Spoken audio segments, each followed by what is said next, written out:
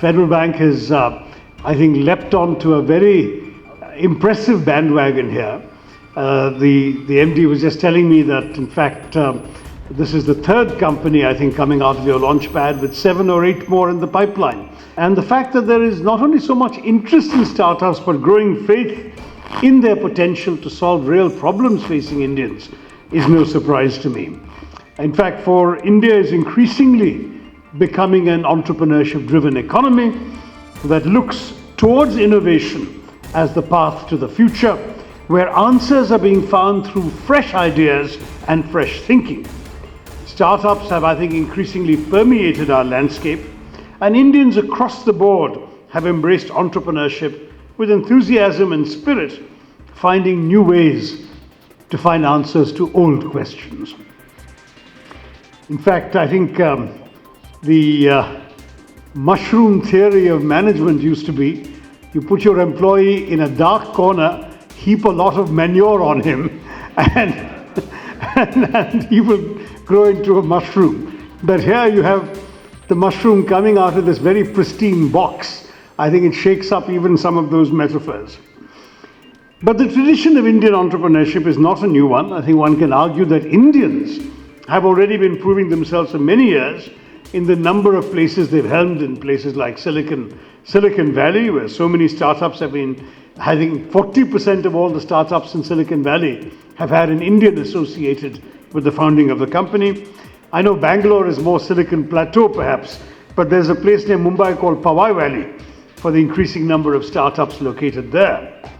All these have gone to change our outlook on the world, but the manner in which there is now a proliferation of startups within the country has led to predictions that by 2020, even the government estimates that there will be 11,000 functioning startups in India. Now this tells a much larger story, because those of you here, perhaps Mr. Sharma is one of them, who are children of an earlier era, will not recognize this kind of transformation, and you, the youngsters, will not know about the India that we experienced when we were growing up. I mean, the options that you face today are truly countless. I remember after my days in college, how few were the options available to graduating youngsters in India in the late 60s or early 70s. There are more subjects you can study, of course. Courses are available that didn't exist in those days. There are far more jobs, career options, technologies, innovative ideas, and here's an example we've just seen. And of course, there is support for entrepreneurship as well. What a big contrast from the days when our economy was still a very closed, socialist, protectionist one, and international exposure was limited. The word globalization hadn't been coined. Today, the world is much smaller. Opportunities are far greater, and all of you, I think, have far greater choices facing you in India and outside that were unknown to previous generations. India's economy, of course, has transformed itself dramatically since the liberalization of 1991, when Dr. Manmohan Singh, then finance minister, stood up in the Lok Sabha and declared that no power on earth could stop an idea whose time had come. The idea, of course, was the liberalization of the Indian economy, and that's given us the growth, the economic diversity that has enabled us to weather the storms which have confronted the global economy from 2008 onwards. Last year, in 2015, the International Monetary Fund, the IMF, predicted that despite all that's happening here and around the globe, the Indian economy will be the fastest growing major economy in the world. A few years ago, we overtook Japan to become the third largest economy in the world in purchasing power parity or PPP terms. But in many ways, the best is yet to come, because we have you young entrepreneurs on our side. And age is on India's side. You are the future builders of our country, and we are the youngest major economy in the world. At a time when many of our potential competitors, China, Japan, South Korea, are facing a serious demographic squeeze. And of course, the rest of the world is aging. In Europe, the average age is going to be 46 by 2020. In Japan, it's going to be 47. In America, even youthful immigrant-fueled America, it is going to be over 40. In India, in the same 2020, our average age will be 29. So we have this huge young population, 50.1% under 25, 65% under 35, a young country, and you, as young entrepreneurs, will be joining a dynamic, competitive, productive, youthful workforce, which could be the engine of the world, taking over that distinction, which is today enjoyed by China. In fact, the International Labour Organization has predicted, the ILO, that by 2020 we will have in India 116 million workers in the job starting age group of 20 to 24, whereas China will only have 94 million. These numbers suggest that we could have the labour force that could transform the world, and our situation would compare very well with the industrialized world because its labour force is going down by 4% by that time, by 2020. China's will go down by 5%, but India's will increase by 32%. So as far as the age structure and potential is concerned, we have a huge competitive advantage, and this is the time for us to seize that advantage. And that's where you all come in. Except for one thing, that demographic dividend that I'm talking about will only work in our favor if we can educate and train our young people to seize the opportunities available to them in the 21st century. Opportunities that entrepreneurs like you would be creating. Those of you who are here, obviously, for you the world is already your oyster. You're getting exposed to ideas of entrepreneurship. You're going to go out, start your businesses. One day you will employ people.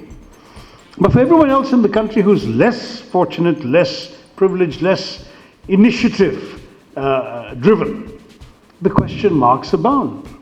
Our demographic dividend could become a demographic disaster if we continue to produce legions of uneducated or undereducated, unemployed, and therefore unemployable also, very frustrated young men. And I say young men because we've had, as you know, Maoist incidents in 165 of our 625 districts. And these are all run by young men who, because they have no jobs, no stake in our society, no interest in actually attempting to get a productive future in this country, they're the ones who are seduced by 1,000 rupees and a Kalashnikov. We are the ones to blame because we haven't equipped them to be part of it.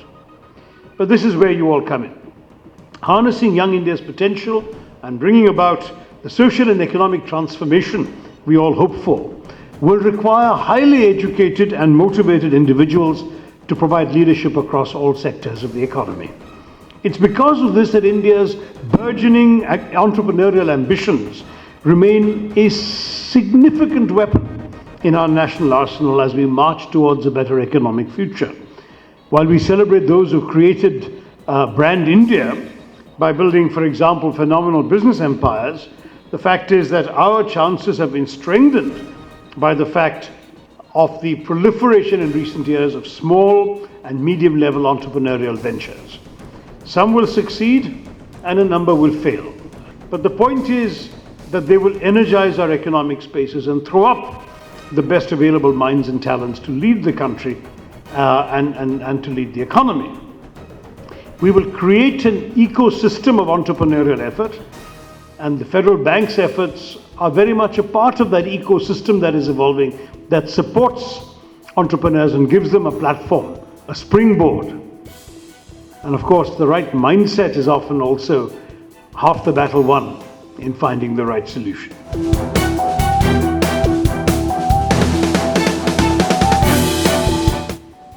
Now, looking at all of you entrepreneurs, I'm quite confident that we will be able to find answers to the problems faced by India and the world at large. In 69 years of our independence as a nation, we've often found creative solutions to our problems. I feel immense pride when I recall how far we have come, how the skills of our citizens and our leaders have allowed us to grow so much since 1947, when the British left us with a legacy of less than 0.01% annual growth in the preceding 47 years.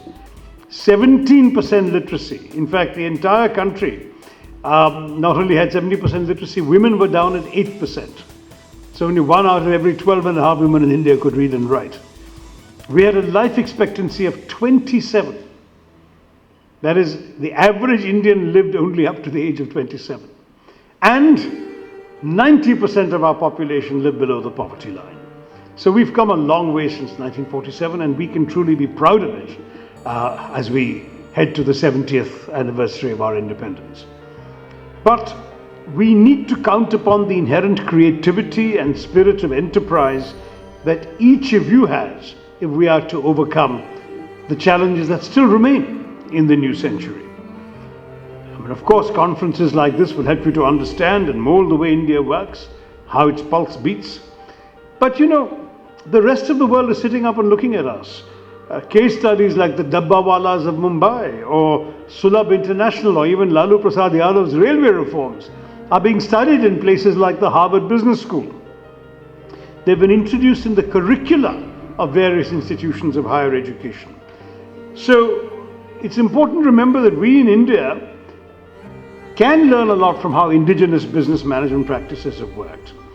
In 2011, I was invited to inaugurate the India Innovation Centre, being set up then by the University of Toronto. Can you imagine a Canadian university was studying Indian innovation? And the buzzword in those days was Indovation. Of course, it was partly to do with our Indian principle of jugaad, of getting things done, which is getting institutionalized and studied. Not, I think, as the critics tend to say, merely as a system of twisting things around, ways to go around the system and to cut corners.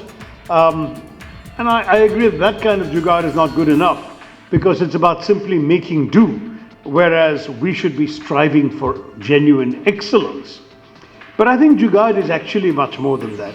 It's about new ways of thinking out of the box, repurposing things to make do with what you've got within your resource constraints, and to create solutions creatively and more important, in a non-traditional way to traditional issues. I must say, I said thinking out of the box, but here you have mushrooms coming out of the box. What a wonderful thing. And what was particularly striking about what Mr. Kevin was saying to me on the stage was he's proud of the fact that at his present volume of production, an individual farmer associated with his venture is earning 50 to 60,000 guaranteed net income a month. Now, for a farmer in rural Karnataka, that is serious money. And that, I think, is the social benefit of entrepreneurship. He's not a charitable organization, he's a business. But in the process of running his business, he is also helping transform Indian agriculture, literally out of the box. And I must say that I find this a very, very exciting example. I'll be talking about it elsewhere as well, because to my mind, it's a striking example of what we need to see happening much more in our economy. But what are the other kinds of innovation we can talk about? An Indian villager, for example, constructs a makeshift vehicle to transport his livestock and goods by rigging a wooden cart, a bit of a bullock cart, with an irrigation hand pump to serve as an engine. Now that's the kind of jugaad we're all used to, right? But also common machines and household objects are reincarnated in ways that their original manufacturers never intended. Everything is reusable or reimagined. And then, of course, we have such clever Indian solutions, truly entrepreneurial solutions to problems that other countries didn't realize were a problem. For example, in India, we are the land that invented the notion of the missed call, right? If you are a student at university and you want to call your parents, but you can't afford to have that call come on your bill because your pocket money is very limited, what do? You give them one ring, they see that one ring on their phone and they call you back, right? Now, no one in the world had thought of that till some Indians dreamt it up. But the fact is that that this is a way of finding a different solution. I mean, the people who invented the phone, the screen, the ringer, didn't realize it could be repurposed in this way, but Indians did. Instead of complicating or refining products, I think Indian innovators have learned how to get the essentials out of every product, strip them down to the bare essentials in order to make them affordable, accessible, durable in our conditions, and effective. So I'll give you a few examples, because this is a after all, a seminar on entrepreneurship. What has Indian entrepreneurial ingenuity been able to come up with that's truly of a world-beating quality? And I would tell you, though this may not be a popular example with everybody, that none is probably more impressive than the Tata Nano. Because at $2,000, it costs roughly the same as a high-end DVD player on a Western luxury car. Of course, there's no DVD player in a Nano, and no radio either in the basic model. But its innovations had garnered 34 patents. And they're not merely the result of doing away with frills, which they've done away with, so no power brakes, no air conditioning, no side view mirrors even. They've reduced the use of steel, for example, by inventing an aluminium engine. They've increased space by moving the wheels to the edge of the chassis. They've relied on a modular design that enables a car to be assembled from kits. And all of this has proved conclusively that you can do more with less. To my mind, that is the classic Indian jugaad at work in a modern manufacturing setting. Similarly, let's take another high-tech enterprise, even higher tech than the Nano. The mission to Mars, Mangalyaan. It cost us $74 million, which was less than the budget of the Hollywood space movie Gravity. And it was 11% of the cost that NASA incurred for its own latest Mars program, which clocks in at $671 million.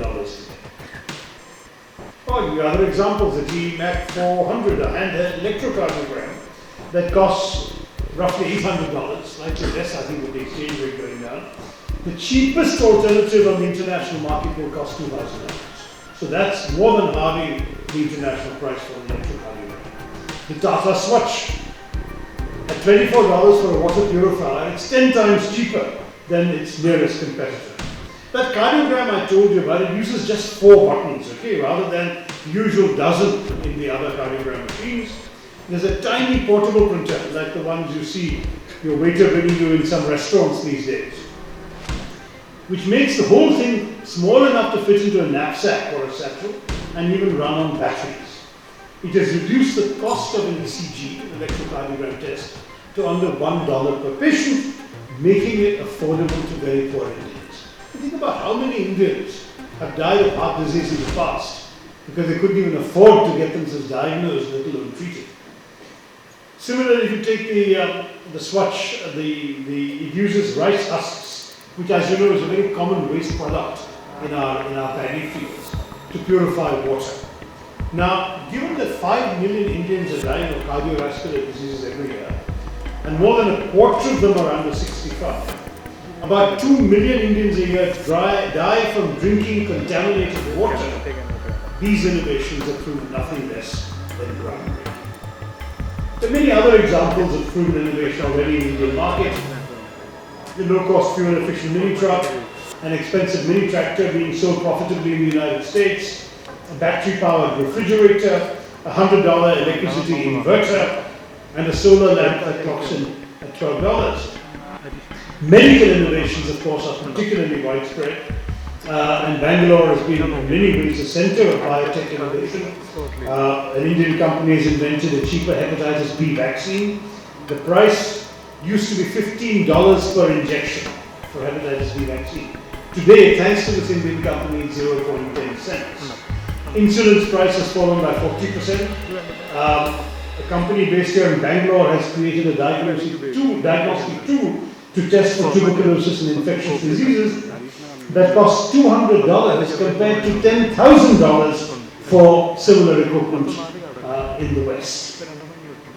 But the interesting thing is that these are all solutions to Indian problems, as I mentioned with cardiovascular disease or contaminated water, and as I mentioned in praising what this company is doing for Indian farmers. I had a very interesting conversation with Professor Mashetkar, who I'm sure most of you have heard of, who has, in his retirement, decided to honor entrepreneurial innovation by giving an annual prize, I think, named after his mother. And this prize is for the most relevant innovation that truly solves a genuine Indian problem. The first year he's given the prize, before I explain what the winner is, let me tell you what the problem is. You know that in our country there are 15 million people who are blind. In most cases, the blindness would have been preventable if only they had early enough eye tests for advancing glaucoma and other problems, solve them by relatively simple treatment, eye operations which can be done free in eye camps for poor people. But what happens, many of the victims are people who are, for example, daily wage laborers. And to do these eye tests, you need to dilate your eyes. And when you dilate your eyes for several hours afterwards, you see fuzzily. You can't really see in the normal way. Now these daily wage laborers, that means losing one day's wages essentially if they do that eye test. So they don't go for the eye test. So the innovator of Mashelkar Honor was somebody who came up with an eye test for glaucoma and other kinds of degenerative eye disease that did not require the eyes to be dilated. So that a poor person could come and take the test very cheaply and did not lose his entire day's work. He could go back to work immediately. Now this kind of innovation is what I'm talking about. You come up with creative ideas and link it to real problems in our society. And that integrative process is something that you can all take advantage of, because India, having been once a very protected economy, is now a tremendously plugged in economy into the global economic system. At the same time, we know that we've seen from the recent American election campaign that economic and social dislocations can also result, that concerns arise about job security, the distribution of economic gains, resentment of immigrants, foreigners, and so on. And the challenge is that here in India, there's also the political argument often being made that all these economic reforms, the burst of entrepreneurship is simply making the rich richer and the poor poorer. I believe that is not true. I don't even think statistically it is true, because statistically we pulled more people out of poverty in the last 10 or 15 years than we've done in the preceding 45 or 50 years. So I would argue the poor are not getting poorer, but it's true the rich are getting richer. And many of you in this room, the not yet rich, will become rich. But in the process, we do need to ensure that the poor are uplifted, because after all, the magic of the market will not appeal to people who cannot afford to enter the marketplace. And the truth is that if we don't extend these benefits of this entrepreneurial revolution to the Indian poor by supporting growth, by distributing the fruits of that growth to those who've been excluded or marginalized, we will all as a society face serious problems. You know that the assets of the 200 richest people in the world are more than the combined income of 41% of the world's population. And that's a huge imbalance to correct. So in India, whether we grow at 9% as we once did, or at 7% as we're doing now, or even at 5 or 6% as we slipped to briefly a little while ago, the fact is we can't forget that the focus of our development must ultimately still be on the bottom 25% of our population. And that's why in urging all of you as entrepreneurs to think not only about your bottom line, but about the bottom line of the ordinary people of our country. I hope I'm not preaching too much, but that social responsibility is part of what makes us as a country and as a society special and distinctive. I have had the pleasure as an MP of interacting with many young people, potential future leaders of India. I've been impressed by their enthusiasm, their enterprise, the idealism that they've shown in dealing with the problems of our country. And that's why I hope that you will. Many of you entrepreneurs here will, in fact, participate in identifying solutions across the board to our long-standing national problems. These are problems that haven't changed in decades. We've still not solved the problems of providing our Aam Aadmi with roti, kapda or makan. And now it's graduated to bijli, sadak and pani, as you know, for those of you who followed Bihar politics. And one can probably add kitab, naukri and perhaps tomorrow broadband as well to the wish list that every ordinary Indian must have. So we need to find innovative ways to tackle all of these needs and solve them. You can do it. You know, as I said earlier, Abhilash's point about failure is a very important one, because many of you, your first-time entrepreneurs, may have to encounter failure. Don't take it to heart. I think setbacks are a part of life. We've all had them. I don't think there's any truly successful person in our country or anywhere in the world who hasn't had setbacks along the way. Maybe they've been good at concealing them, but they've had them. You don't get to the top without having setbacks along the way. But the setbacks should not extinguish you. They should ignite you into a greater purpose. I am often inspired by the story from the 1890s of how the great industrialist to be, Jamshedji Tata, was denied admission to a hotel in Bombay. I think it was Watson's Hotel. Although it was Pike's Hotel anyway, but there are various names that have been attributed to it.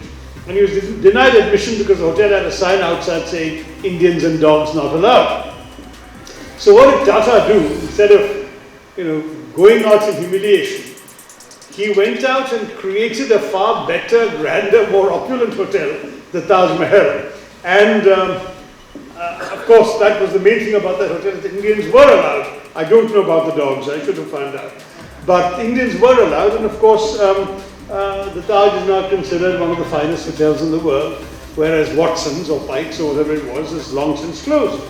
And similarly, when Mr. Tata set up the first ever Indian steel mill in 1905 in the teeth of implacable British hostility, he actually encountered a colonial official of that era who sneered that he would personally eat every ounce of steel that an Indian was capable of producing.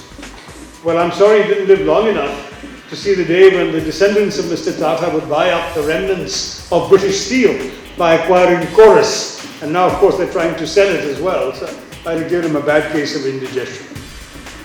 And maybe some of you will remember the internet meme that went around last summer after the last elections in Britain, when the now former but then newly re-elected Prime Minister David Cameron went to Buckingham Palace to claim his renewed mandate. As these Indian WhatsApp messages said, he went in an Indian car, a Jaguar, escorted by police in another Indian car, a Land Rover. I mean, that's enough to send a post-colonial frisson through us. But my point is not just about Indian entrepreneurship conquering foreign countries. It's also that it's time to set aside the old stereotypes of who can and cannot do what in the globalizing world of today, who cannot excel and who can excel. In this new world, we need entrepreneurs who can lead, who can innovate, who can inspire, who can reach out beyond the limits that their forerunners had to live with. Our country needs a countrywide commitment to quality that can work across all of these areas, and I'm counting on all of you to adhere to standards of quality, to promote effective implementation, and to make sure we you improve as you go along. I think today's seminar ought to be seen by all of you as an important beginning as you embark into the world to display your talent and intelligence and set up what I hope will be successful new ventures. I can say with confidence that as motivated and mature individuals, you will make exceptional contributions to the vast pool of knowledge and wealth in our country and in the world. And as future leaders, future business leaders of India, you will carry, I hope, the weight of the countless nameless, faceless citizens of India who rely on your skill, your dedication, and your acquired talent to help them build a better tomorrow. Now, it would be odd for an Indian politician to end the speech without quoting Mahatma Gandhi. So let me live up to your expectations and do so. But I won't give you one of his better known quotes. Gandhiji actually said, "It is the quality of our work that will please God and not the quantity." He, of course, also more famously declared, "Be the change you wish to see in the world." So since quality will not come without change, I think both his exhortations apply to all the entrepreneurs in this room. Change yourselves to change the world, and do so with work and values of the highest quality. I'm sure that as you launch the many enterprises that are germinating in your minds at the end of today's seminar, that these two thoughts of Mahatma Gandhi can illuminate your quest for continued accomplishment in all aspects of your life and work. Congratulations on today's discussions. Good luck. All the best. Jai Hind.